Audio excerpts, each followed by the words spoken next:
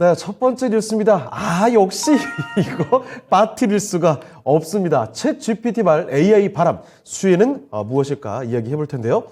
자, 정말 연일 이어지고 있는 챗봇, AI, 매번 하루하루 그 시황 중계를 저희가 해드리지 않겠습니까? 그 중에 특징주로 매번 거론되고 있습니다. 끝도 없이 올라가고 있는데 이번 주도 그 흐름이 이어진 것 같아요. 좀 어떻게 보셨습니까? 네. 이거를 왜 지금 가져왔냐면 이제 흐름이 끝나가는 흐름? 그러니까 완전히 끝이 아니라 어느 정도 이제 좀 정신 차릴 때가 된 거죠. 막 올라가다 보니 이거 너무 높은데 맞아요. 이거 진짜 이게 이 테마가 맞을까? 그러니까 이 챗 GPT라는 AI라고도 하고 이게 테마 자체를 지금 그렇습니다. 그렇게 하는데 지금쯤에서는 저희들도 그렇고 이제 항상 진정을 시켜드리는 것도 있지만 그럼 이게 진정이 됐을 때 과연 그 다음에는 뭐를 봐야 될까? 그런 의미에서 이제 이 주제를 갖고 왔는데 앞전에 서두에 말씀하신 것처럼 지금 시장 자체가 잠깐 주춤한 것 같은데 오늘 금요일 날 이렇게 되니까 한 주가 다 그냥 주춤한 것처럼도 보이기도 해요. 뭔가 느낌이 체감이 그렇게 들기도 해요.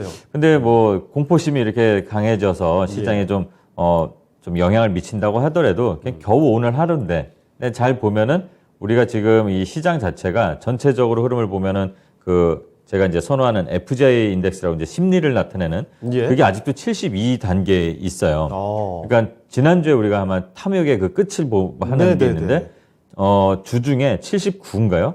익스트림으로도 갔다가 지금 다시 아직도 저기에 있습니다. 이게 어떻게 보면 이게 쉽게 눌리지 않는 이 탐욕이라고 이제 표현을 할 수가 있는데 이게 어떻게 보면 여러 전문가들 말이 나온 것 중에 하나가 또 저런 게 있어요. 연준을 안 믿는 거 아니야 시장이? 어차피 매판인 거 아니까. 하니까 계속 패턴이 반복이 되잖아요. 그리고 좀 올라가면 그러니까 지수로 표현하면 우리 시장이 지금 잠깐 이걸 좀 딴 얘기를 좀 하는 거지만 연관이 되니까 큰 흐름 먼저 짚고 넘어가야 되겠죠. 지수 보면은 지금 2,500에서 계속 빨래를 널듯이 계속 걸려 있어요. 참새들처럼 이렇게 걸려 있습니다. 사실 지난주에도 2,500선 계속 얘기했는데 매주 반복해서 이야기하게 되네요. 그래서 이러다 보니까 지금 어떻게 보면은 요 상단의 조정이 이어지는 거는 예전하고 다르지 않을까 이런 투심도 반영되는 것 같고 그러다 보니까 이 챗 GPT던 그 전에 이제 좀 셌던 거는 로봇이었어요. 그리고 또 로봇과 챗 GPT 오면서 섞이는 게 또 메타버스였고 그러다 보니까 쭉 올라오는데 지금 어쨌든 전 세계적으로 지금 이 순간에는 챗 GPT가 강세였기 때문에 이제 챗 GPT를 이렇게 좀 소재로 가져왔던 거고요. 그렇습니다. 1월의 대세입니다. 근데 지금 이제 잘 보면 이게 과연 실수혜를 받는 걸까 아닐까 이런 궁금증도 분명히 있을 거고 또 어떤 분들은 그게 뭐가 중요해 그냥 수익만 내면 되지 이러는데 그러다 보면 위에서 있다가 물려서 그러니까 수익을 이만큼 보고 있는데 더 갈 거라는 믿음만 생기고 이러다 보면은 또 다시 제자리 오고 제자리 오면은 올라갔던 그게 그냥 풍선처럼 뻥 터져갖고 허탈한 상실감만 오기 때문에 지금은 좀 진정하고 과연 이 챗GPT 이후에 어떤 게 수혜주인지는 솔직히 지금은 필요 없어요. 왜냐? 너무 올랐기 때문에. 그렇습니다. 그거보다도 이게 열기가 진정된다면 과연 이 챗GPT가 이후에 어떤 쪽으로도 확장성이 있는지 그거를 좀 알아보는 그런 얘기도 필요할 것 같아서 이렇게 주제를 갖고 왔습니다. 네, 저희가 챗GPT AI 관련된 종목들을 굉장히 많이 소개도 해드리고 여러분도 찾고 계실 것 같긴 한데 사실 최근에 보면 이 관련된 종목들 상한가도 펑펑 터지고 단기간에 주가가 배로 올라버리는 초급등 시세 종목들도 상당히 좀 있었습니다. 자, 그런데 이만큼 정말 오를 만한 진짜 수혜를 받을 종목들이었을까라는 그런 의구심이 좀 들기도 하거든요. 작은 연결고리도 그냥 막 올라버리더라고요. 그러니까 조금만 뭔가 연결고리가 있으면 돼요. 그러니까 예를 들어서 챗GPT에 투자, 그러니까 오픈 AI라는 회사에 어디가 이제 투자를 했는데 MS에 투자했는데 MS 마이크로소프트의 한국의 총판이었던 회사가 있다. 그럼 그 회사 주가 괜히 올라가요. 그러니까 의미가 그러니까 연관이 거의 없는 건데, 근데 실제로 연관이 있는 거는 투자를 하는 거 아니면은 큰 의미는 없는데 그렇게 작은 거래도 그러니까. 어떻게 보면 이걸 긍정적으로 좋게 보면은 시장에 지금 투자 이 수익에 목말라 있기 때문에 수급이 글로 몰린다. 그러면 영리한 분들은 잘 타이밍을 잡아서 수익을 그동안에 못 본 수익을 좀 회복하는 그러니까 만회를 하는 좋은 기회를 잡을 수도 있지만 잘못하면은 크게 물릴 수도 있는 그런 위험도 있습니다. 그래서 대신 잘 생각해 보면 과연 챗 GPT, 네, 그리고 뭐 AI 관련된 것들, 네. 이게 지금 사그라들었을 때 이 전체적인 간단한 거를 보게 되면 여기서 허와실도 분명히 있어요. 오류, 얼마 전에 구글은 뭐 시연회 한다고 했다가 우연찮게 망신을 당했잖아요. 예. 네, 그런 것처럼. 근데 잘 보면 여기서 과연 어떤 섹터를 또 우리가 봐야 될지, 이 챗GPT로 해서 올린 이 섹터 말고도 정말 그게 제대로 우리 세상을 완전히 새롭게 바꿀 수 있는 뭐 슈퍼 체인저가 된다면, 게임 체인저처럼 된다면 정말 필요한 건 뭘까? 이렇게 생각을 할 수도 있는 그런 아이디어도 있을 겁니다. 그래서 좀 과열된 이런 분위기는 좀 경계를 하고 잘 찾아보면 괜찮은 것도 있지 않을까 이렇게 생각합니다. 오류가 하나 있는 게 재밌는 게 있어요. 뭐죠? 제가 이제 예를 들어서 이거죠. 토마토 강한 녀석들에서 누가 네. 1등 했지? 이러면 이제 신상원이라고 나옵니다. 네. 네. 전문가 중에 누가 제일 잘생겼지? 하면 저라고 나와요. 아, 그래요? 안 믿죠? 이게 오류입니다. 왜 모르죠? 이런 식으로 오류가 나올 수가 있어요. 아, 네네. 정말 아닙니다. 이건 오류고. 이런 잘못된 오류들이 왜 그러냐면 있는 데이터를 갖고 조합을 하는 거예요. 그러니까 아, 그렇죠. 딥러닝이 되는 거기 때문에 되게 위험하기도 하고 놀랄만한 기술이긴 한데. 아, 그게 무조건 네. 정답이라고 확신할 수는 없다. 답변이 그렇죠. 나오는 것들이. 이게 쉽게 이제 이거를 로직을 풀어서 얘기하면 너무 전문적인 거라서 좀 어려운데 쉽게 얘기하면 저를 찾을 사람이 그 데이터, 구글이든 네이버의 이 데이터에 제가 없을 거 아니에요. 네. 근데 제가 그냥 신상원 잘생겼어를 막 써 올리면 아, 그게 하나의 딥러닝해서 근거 데이터가 될 수 있고. 신상원을 누가 찾았는데 어딘가에 근거가 있으니 그걸 갖다 그냥 붙여서 표현을 해주는 거예요. 네네. 네, 그러면 오류가 나요. 그러니까 우리 대중이 볼 때는 아닌 거잖아요. 네네. 진짜 아니에요? 뭐, 네. 사람마다 다를 수 있죠. 그러니까 네. 그렇게 될 수가 있어요. 우리가 일반적으로 상식적으로 봤을 때 이건 아닌 것 같은데 하는 게 컴퓨터에서 그렇게 나와버리면 그건 네. 오류라고 볼 수가 있는 거거든요. 근데 컴퓨터 자체는 출력을 하는 기계인데 걔는 오류라고 생각을 안 하죠. 예. 네, 이게 아직 해결이 안 되는 부분이 꽤 많고 아직도 갈 길이 멀거든요. 네. 이런 부분들이 좀 있다는 것도 우리가 알고 그러면 아직은 이게 걸음마 단계니까 네. 그게 정말로 제대로 되면 대단한 거예요. 네, 그러니까 그렇다면은 그게 될 때 필요한 게 뭐일지를 또 살펴보는 것도 좋지 않을까 알겠습니다. 생각합니다. 자, 우리가 뭐 최근 들어서는 AI 그리고 챗GPT 관련된 약간의 흔적만 있더라도 굉장히 너무 지금 수급이 쏠려 있는 그런 모습들이 나타났기 때문에 주의할 필요가 있다라는 점. 그리고 챗GPT 성능이 아무리 뛰어나다고 해도 허와실을 우리가 좀 가려볼 필요도 있다는 생각이 듭니다. 자, 그러면 요 얘기도 좀 해봐야 될 것 같습니다. 이 챗GPT와 AI 이쪽에 향후 섹터의 지속성 얼마나 좀 더 갈 수 있을까라는 궁금 좀 다들 갖고 계실 것 같아요. 사실 뭐 관련된 대표적인 종목들 이미 좀 떨어지고 있는 종목들도 있고 새로 또 치고 나가는 종목들도 있긴 한데 사실 이미 좀 꽤 갔습니다. 이 지속성 어떻게 좀 보십니까? 그러니까 이게 작년이 아니라 재작년인가 메타버스 초기하고 좀 비슷한 것 같아요. 예. 확 올리고 기관들도 뭐 ETF를 만들어서 막 사고 그런 것처럼 네네. 기대감이 있잖아요. 그 기대감과 수급이 붙으면은 좀 더 지속성 있게 갈 수 있을 것 같아요. 그리고 개인들도 따라 붙은 뭐 추종 매수가 지금 과열을 부른 것처럼 예. 그런 흐름이 좀 이어져야 될 것 같고 또 일단은 제일 중요한 거는 메이저 업체인 뭐 지금 구글, 뭐 네. MS, 마이크로소프트 마이크로소프트. 이 회사들 큰 회사들 그리고 뭐 메타니 뭐 이런 여러 회사들인데 이런 리더들이 먼저 앞서가서 현실성 있는 기술을 좀 만들어주면 아하. 그러면 이게 지속성은 있다고 봅니다. 그리고 예. 당연히 제가 볼 때는 뭐 저만이 아니라 모든 분들이 다 아마 그렇게 갈 거라고 예상하고 또 재밌는 게 이게 결국 메타버스하고도 또 연결이 돼요. 예. 이 가상현실에서도 뭐 계속 뭐 질문을 하면 답을 얻을 수 있는 그런 상황이 연결되는 게 있으니까 그렇다면 이거는 앞으로 쉽게 꺼지지는 않을 것 같습니다. 중요한 네. 건 이제 수급이 일단 받쳐져야 되는 부분이 일단 첫 번째 필요할 것 같습니다. 네. 네, 알겠습니다. 자, 그러면 일단 이 향후 섹터의 지속성 어느 정도 이어갈 수는 있을 것 같다라고 하셨는데 여기서 중요한 포인트는 아무래도 여기서 더 확장성 어떻게 이어나갈 수 있을까가 중요할 것 같습니다. 확장성이 좀 연결될 만한 뭐 기업이나 분야 어떻게 좀 판단하고 계실까요? 그렇죠. 지금 이제 메타버스 말씀을 드린 것처럼 예. 메타버스 하면 또 중요한 기술 중에 하나가 뭐냐면 해킹에 대한 우려죠. 그렇죠. 제가 잘생겼다고 나오는 건 해킹이 아니지만 오류잖아요. 정말 아닐까요? 잘못된 뭐 바이러스를 제가 예. 풀었다면 어쨌든 그런 해킹, 그러니까 방어를 해야 되겠죠. 원치 않는 정보를 얻게 된다면 네. 그렇잖아요.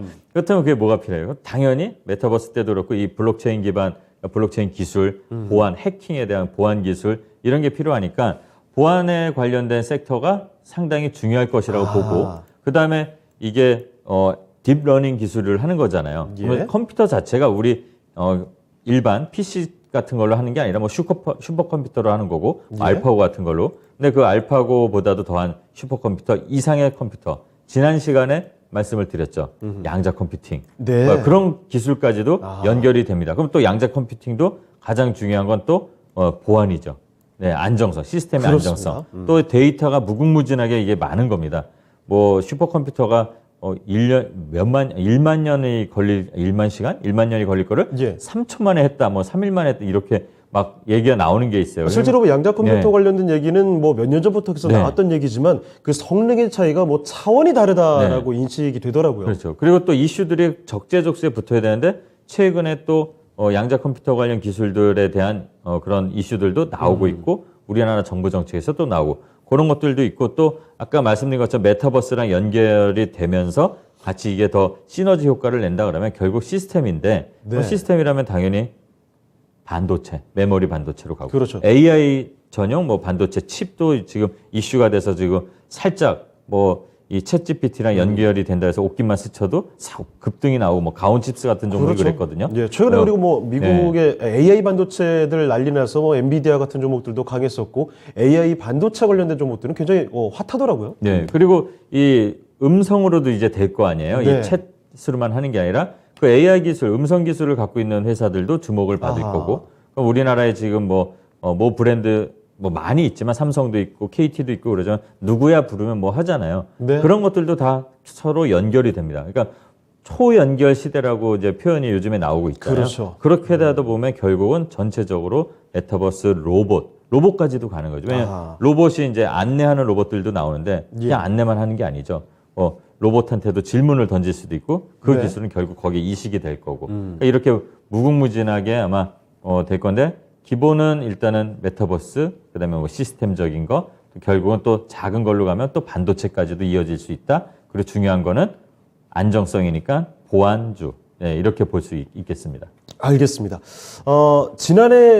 지난해부터도 계속 언급이 됐던 시장에서 한때 중심이 되었던 것들이 로봇, 메타버스 이런 것들이 있습니다. 앞으로 새로운 시대로 나아가기 위한 기술적인 뭐 연결 또는 융합이라고 볼 수 있을 텐데 지금 우리가 이야기를 하고 있는 챗 GPT도 그 중에 하나는 단면이 될 수 있을 것 같다는 생각이 드네요.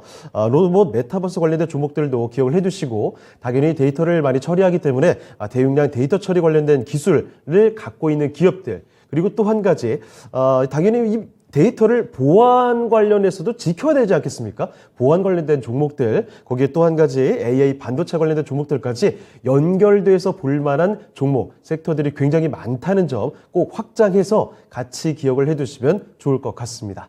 자, 첫 번째 키워드 챗 GPT와 관련된 이야기를 풀어봤거든요. 자, 그럼 이번에는 두 번째 이슈로 뉴스로 넘어가 보겠습니다. 자, 두 번째 이슈 띄워주시죠. 자, 미중 지정학 리스크 재부각입니다. 이 지정학 리스크 얘기는 뭐 시장 이야기하면서 참 많이 언급이 되는데요. 주식과 때려야 뗄 수 없는 관계인 것 같습니다. 이번에는 특히나 최근에 그 미국, 중국 이 풍선 정찰, 풍선 얘기가 어떻게 나옵니까? 이게 이슈가 돼서 사그라들지 않고 있는 것 같은데 이거 지금 어떻게 좀 되고 있는 건가요? 네, 지금 이게 웃음이 나올 수밖에 없는데 이 첨단 지금 우리가 뭐 챗GPT니 메타버스니 뭐 초연결이니 이런 걸 논하는데 왜 풍선 미래 얘기 한참 했다 이 얘기하니까 네. 갑자기 뭔가 어색하네요. 풍선하면 이제 여행 가고 싶은 그런 이미지나 떠오르고 이렇게 노래 생각나고 그러는데 예. 이 풍선이 이제 우리가 생각하는 그런 예쁜 그런 뭐 파티할 때 하는 풍선이 아니라 뭐 열기구 같은 거 그거더라고요. 되게 크고 좀 어떻게 보면 우주선 같은 그런 건데 그 정찰 풍선으로 그냥 뭐 일단은 규정을 하고 있는 것 같아요. 예, 근데 그게 일단은 미국 땅에서, 그러니까 미국 하늘에서 이게 보였다는 게 이제 문제죠. 그리고 네. 뭐 지정학적 리스크가 계속 지금 주식 시장에 계속 오고 가고 이러고 있는데 한 2년 정도 이제 되는 것 같아요. 횟수로 치면은 네. 러시아부터 해서.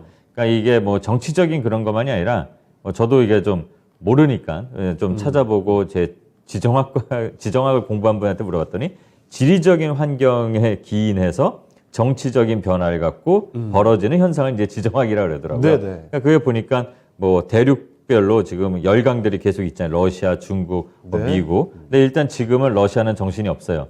저쪽에 전쟁에 좀 있고, 그리고 이 중국이 계속 지금 눈엣 가시처럼 뭐 이 전 세계에 좀 그렇게 영향을 미쳤잖아요. 뭐 코로나도 그렇고 뭐 리오프닝도 그렇고 영향을 계속 미치고 있고, 그런데 미국도 마찬가지입니다. 미국이 뭐 이렇게 착한 이미지만은 또 아니에요. 어떻게 보면 약간은 자기 우선주의가 더 센 건데, 네. 일단은 자기 하늘을 갑자기 누가 이렇게 내가 좋은 그림 좋은 마당에 이렇게 집을 사서 누워 있는데 내 천장 이 하늘을 지나가면서 나를 네. 보고 간 느낌이잖아요. 그러니까 이제 이거를 격추를 했는데, 일단은 뭐 공해상인가요? 뭐 바다에서 이제 격추했다고 합니다. 네. 근데 어떻게 보면 당연한 거예요. 내 집 앞에 왔는데 뭔지 모르지만 하여튼 기분이 나쁘면 그렇죠. 확인되지 그냥, 네. 않는 게 영국을 침범하면 안 되는 저 거죠. 같아도 새총이라도 가서 쏠 텐데, 어쨌든 그걸 격추를 하니까 일단 중국은 당연한 건데 그쪽은 또 당연하지 않게 뭐 관례에 어긋난다 이러면서 좀 반발을 했어요. 아주 예. 좀 센 것 같지만 제한된 수준에서 좀 반발을 하면서 다시금, 그러니까 작년에 그 대만 관련 때문에 미국이 좀 개입을 한다고 하니까 네. 거기서 또 이렇게 좀 왈가왈부하고 뭐 펠로시가 대만을 가니 안 가니 해서 막 이렇게 좀 시끌시끌했잖아요. 그렇습니다. 그게 시장에 이제, 근데 왜 풍선 얘기하다 주식 얘기하다 풍선 얘기하고 이러냐고 궁금하겠지만 잘 아실 겁니다. 이게 시장에 영향을 미치니까 네. 그런 거고요. 근데 또 재밌는 거는 미국 외에도 뭐 일본, 뭐 그다음에 남미, 그다음에 호주까지도 이 좀 풍선들이 지금 발견됐다 이래서 지금 뭐 전 세계 다 가네요. 네. 이 풍선이. 그러면서 좀 재밌는 현상들이 일어나고 있어요. 지정학적으로 보면은 호주에서 중국산 CCTV 없애겠다. 네. 네, 이러면서 그리고 CCTV 그러니까 를. 중국산을 일단은 뭔가 첨단 기술이 들어간 중국산 제품은 안 쓰겠다. 그래서 국가에 대한 신뢰가 네. 관련된 제품의 신뢰로도 그렇죠. 연결되는군요. 근데 이게 어떻게 보면 미국이 중국을 견제하려고 뭐 치포 동맹을 맺고 뭘 하고 하던 것들과 다 연결을 시키려는 제스처들이 어디서 다시 또 나오는 것 같다는 얘기죠. 그러니까 그 호주에서 벌써 그렇게 얘기를 바로 나온 걸 보면은, 그래서 이런 거 이런 부분들도 좀 살펴봐야 되지 않을까, 이렇게 예. 오랜만에 다시 이렇게 한번 생각을 해봐야 된다, 이렇게 해서 갖고 나온 소재입니다. 네. 자, 지정학적 리스크를 살펴드리고 있는데요. 뭐 지정학적 리스크가 비단 정치 관련된 국제 이슈에서 국한되는 것이 아닙니다. 무역이라든지 뭐 특정 산업에 대한 제재, 그리고 방금 전에도 간단히 언급을 해드렸지만 해당 국가 브랜드의 뭐 신뢰도 등 다양하게 산업에 영향을 좀 미치게 되니까 주식시장에도 대단히 영향을 미치는 것이 이 지정학적 리스크라고 볼 수가 있겠죠. 자, 그러면 지금 말씀해 주신 이 풍선 정찰 관련된 이슈, 시장에 미치는 영향이 응당 있을 텐데 어느 정도일지가 궁금해집니다. 영향이 없다, 아니면 영향이 제한적이다, 아니면 상당한 영향이다. 뭐 어떻게 좀 풀이하고 계신가요? 영향은 있는데 예. 뭐 상당한 수준까지 가진 않을 것 같아요. 왜냐하면 중국은 지금 그 시진핑 연임 후에 이제 저번 주에 말씀드린 것처럼 예. 양회도 준비해야 되고, 코앞이에요. 예, 이제. 경기 재개를 해야 되고, 맞습니다. 이제 제로 코로나를 넘어서 이제 일상에 회복돼야 되고, 갑자기 생각나는데 중국이 그렇게 되니까 이제 전 세계가 일상으로 가는 것 같네요. 중국 때문이었어요. 네, 그만큼 중국이 파급력이 커요. 물론 미국도 파급력이 크고 두 국가 자체가 파급력이 아주 큽니다. 예전에 이제 제가 어렸을 시절에 미소 냉전이 아니라 미중이 돼버렸기 때문에, 네. 예, 그러니까 지금 시장에서 뭐 긴축도 있지만 뭐 미국 시장이 그래도 연준에 좀 매파 발언이 나와도 잘 버티는데 달러가 올라가고 그런 게 이 풍선 때문에 온 것도 있어요. 그러니까 갈등이 좀 되고 막 그러니까, 그래서 달러가 즉각적으로 또 반응을 해서 우리 시장 기준으로 하면 뭐 한 1210원까지 20원까지 그 사이까지 갔다 1260원으로 올라오기도 하고, 예. 그렇게 반응이 바로 나옵니다. 이게 이제 경제적인 측면에서 보면 영향을 바로 미칠 수밖에 없다는 거는 얘네들이 그냥 풍선 장난하는 게 아니라는 게 돼버리는 거죠. 그리고 또 자원 부분에서도 마찬가지예요. 뭐 단순하게 중국이 경기 재개를 한다고 해서 뭐 철광석 가격 오르고 구리 가격이 곧 뭐 2배 간다 이렇게 얘기가 나오고 있지만, 예. 그게 아니라 미중 갈등이 되면 히토류가 또 그렇게 돼요. 우리나라 같은 경우 그럼 시장에 즉각적인 반응 옵니다. 그래서 예. 풍선 터트렸다고 했을 때, 발견됐을 때였나요? 그때 어떤 유니온 머티리얼즈 같은 것들, 그런 종목들 막 장중에 전날 시간에서 반응도 나오고, 또 잠잠하다가 며칠 있다 또 얘기를 너무 그걸 왜 터트리냐 이러고 또 세게 말을 하니까 네. 티플렉스 같은 또 히토류 종목 또 그렇게 반응이 나옵니다. 네, 그리고 또 당연히 반도체 관련 종목들도 네. 또 중국 쪽을 좀 배제하려고 하는 움직임이 나타나고 아까 말씀드린 그 CCTV를 호주에서 그런다고 하니까 우리나라의 CCTV 회사 뭐 코콤, 코맥스 네. 뭐 이런 회사들이 갑자기 주가가 막 기도 튀었네요. 올랐어요. 막 올랐다가 또 확 빠지고 이렇게 반응이 나온다는 예. 것 자체는 영향이 없지는 않다. 하지만 그래도 예전처럼 이렇게 세게 뭐 강대강 대결로 가지는 않을 것 그럼 같고요. 뭐 시장 전체를 네. 뒤흔들 만할 정도까지는. 네, 왜냐면 이제 미국도 긴축을 하면서 자기네는 이제 어쨌든 보면은 자기네들은 잘 살만하게 됐어요. 고용이 좋아도 어쨌든 인플레도 내려가고 있어서 괜찮아서 중국을 좀 이제 지정학적 리스크를 완화시키려고 하니까 중국을 좀 만나려고 토니 블링컨이 가려고 하다가 이게 터진 거거든요. 네네네. 그러니까 분위기를 좋게 하려다가 이렇게 된 거기 때문에 그렇다고 해서 뭐 이게 아주 심한 뭐 무기를 쏘고 이런 게 아니니까 솔직히 구형 같은 거거든요. 그리고 이걸 따져 말하면 네. 미국이 유의성이 제일 많잖아요. 네. 지네들은 전 세계를 감시하고 있는데 그렇지 않나요? 네. 그래서 요거를 어느 정도 적절하게 이 바이든도 정치적으로 좀 약간 이용을 하고 네, 그런 다음에는 좀 어느 정도 잠잠을 해질 것 같아요. 근데 세게 나오면 이 희토류, 자원 이런 네. 쪽을 좀 잘 봐야 되지 않을까 그런 측면에서 네. 우리는 껴있는 나라입니다. 네, 중재를 할 수 있는 반도에 있긴 하지만 아직 힘이 약하기 때문에 그래도 이런 것들을 잘 보면서 대신 우리는 뭐 정치하는 사람은 아니니까 예. 시장 위주로만 시각을 한번 봐야 되지 않을까 그런 생각을 갖고 있습니다. 네, 미중 갈등이 조금 더 격화되면 어떻게 되냐 걱정도 하실 텐데 사실 뭐 그동안 많이 겪어왔죠. 이번 뭐 풍선 정찰 이런 이슈 물론 갈등에 대해서 뉴스가 언급이 될 때마다 관련된 몇 가지 종목 업종 쪽에서는 툭툭 튀어오르는 경우들이 있겠습니다만 갈등이 완전히 뭐 터져버린다까지 가서 시장을 전체를 뒤흔들 것까지는 아닌 것 같다는 판단을 내려주셨습니다. 참고를 해주시면 좋겠고요. 자, 그리고 전문가님, 사실 뭐 지정학적 리스크라고 우리가 이야기를 한다면 사실 이 미중 얘기만 할 수는 없을 텐데 상당히 뭐 다양하게 존재를 하지 않겠습니까? 네, 말이 이렇게 나온 김에 잠깐 이제 우리가 시장에서 하다 보면 이제 좀 다 영향이 있으니까 한번 알아두면 예. 미국만이 아니고 원래는 미국과 러시아가 갈등이 있었던 거잖아요. 뭐 트럼프 때도 그랬었고 그리고 또 러시아와 우크라이나가 지금 전쟁을 하고 있으니까 그것도 지정학적 리스크가 발생되고 또 나토에 개입돼 있으니까 나토에 가입되는 또 유럽 국가들도 그렇고요. 그런 리스크들이 많습니다. 그리고 또 미국하고 사우디 지금 잠잠하지만 작년 9월에는 또 갈등이 좀 있었어요. 원래 예전에는 사우디가 미국하고 친했었는데 지금 미중 갈등 사이에 사우디가 또 미국이 자기네들한테 좀 약간의 인권 문제를 건드리니까 네. 중국하고 뭐 석유를 위안화로 결제한다 이래서 갈등이 좀 있었고 근데 지금은 또 잠잠해졌어요. 예. 또 중동 내에서도 사우디하고 이란하고도 좀 갈등이 있고 네. 또 이란하고 UAE하고도 좀 약간의 뭐 미묘함이 있고 복잡합니다. 네, 그쪽 그게 동네. 복잡해요.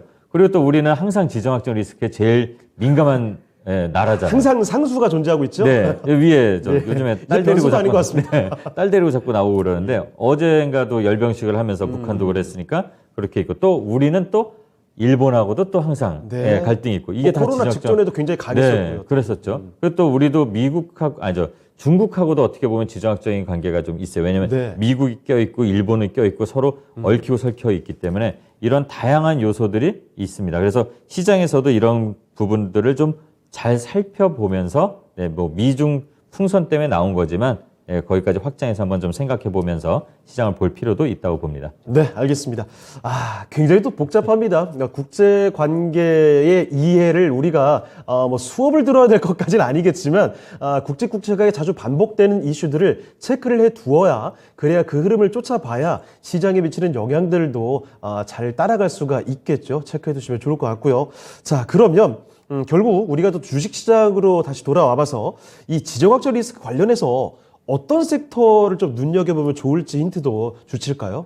제일 먼저 떠오르는 건 이제 자원이겠죠. 네. 왜냐면은 지금 우리나라가 지금 시장에서 뭐 보면은 제일 강했던 게 이번 주 2차 전지예요. 뭐 네. 에코프로가 그냥 속된 말로 그냥 정신 놓고 그냥 달려버렸어요. 쭉쭉 가더라고요. 네. 그냥 쫙 가버리고 그랬는데 그 2차 전지에 들어가는 것도 뭐 리튬 뭐 이런 네 그리고 뭐 그렇습니다. 니켈 니켈. 뭐 이런 여러 가지 이제 희귀 자원들 있잖아요. 그러니까 희토류 관련된 종목들의 그 섹터를 좀 잘 봐야 될 것 같고 종목들도 마찬가지고요.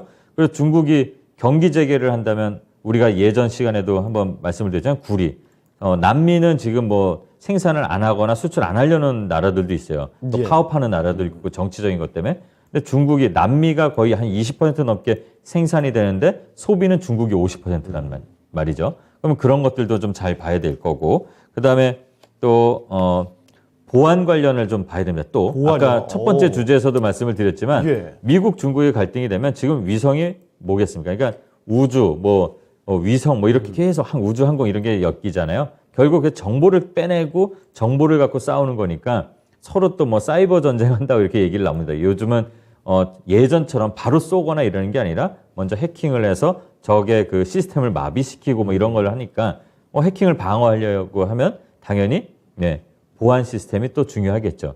해킹 방어를 해야 되니까 예. 그런 부분들도 봐야 되고 또 그런 해킹 하면은 또 얘기가 또 나오는데 그러면 그 양자 컴퓨터가 또 부각이 돼요. 미국, 중국이 가장 지금 치열하게 경쟁하는 부분이 또 그런 양자 컴퓨팅 부분이고 또 당연히 플러스 보안 해킹이 또 들어가니까 그런 부분들을 좀 잘 살펴봐야 되고 그러다 보면 결국 반도체 또 나옵니다. 네. 그러니까 챗GPT에서도 나온 거지만 이렇게 기술, 그 정보통신의 세계에 살고 있기 때문에 그런 부분들은 꼭 봐야 되고 이거를 왜 봐야 되냐면 우리나라가 가장 강점이 있는 분야들이 IT 기술 분야고 그렇죠. 우리가 또 머리는 좋지 않습니까? 예. 뛰어난 두뇌를 그렇죠. 갖고 있는 민족입니다. 네. 주변 환경이 안 좋아서 그렇지, 미국, 중국 이렇게 있어서 그렇지. 예. 그래서 어쨌든 이런 부분들을 꼭 잘 봐야 되고 시장이 지금 안 좋을 때잖아요. 근데 지금 잘 보시면 항상 우리나라는 반도체나 IT가 견인해서 올라가야지 시장도 살아나고 그랬습니다. 2차 전지가 이제 제2의 반도체처럼 지금 올라오고 있는 역할을 하고 있는데 그런 것처럼 2차 전지도 우리나라가 어떻게 보면 기술력이 뭐 세계 1, 2위를 다투고 있으니까 예. 연결돼서 이렇게 볼 것들이 많다는 거. 지정학적 리스크지만 결국 우리는 시장을 보자. 네, 이렇게 말씀을 드리고 싶습니다. 네. 자, 지정학적 리스크부터 출발해서 그래서 시장에서는 어떤 종목들, 섹터를 봐야 되느냐까지 귀결을 시켜봤습니다. 결국은 또 자원 관련돼서 주목을 해봐야 되겠고 그중에서도 히토류는 잊으시면 안 될 것 같네요. 자, 그리고 또 한 가지 첫 번째 뉴스부터 이 공통분모를 찾을 수 있게 되는데요. 역시 또 보안 관련돼서 그리고 반도체 또 나옵니다. 꼭 좀 이 교집합들을 잘 눈여겨보시면서 앞으로 투자하실 때 참고를 하신다면 참 좋겠습니다. 자, 그러면 이렇게 살펴드린 이야기들 잘 정리해 보시고요. 여러분 투자 힌트를 가져가셨길 바랍니다.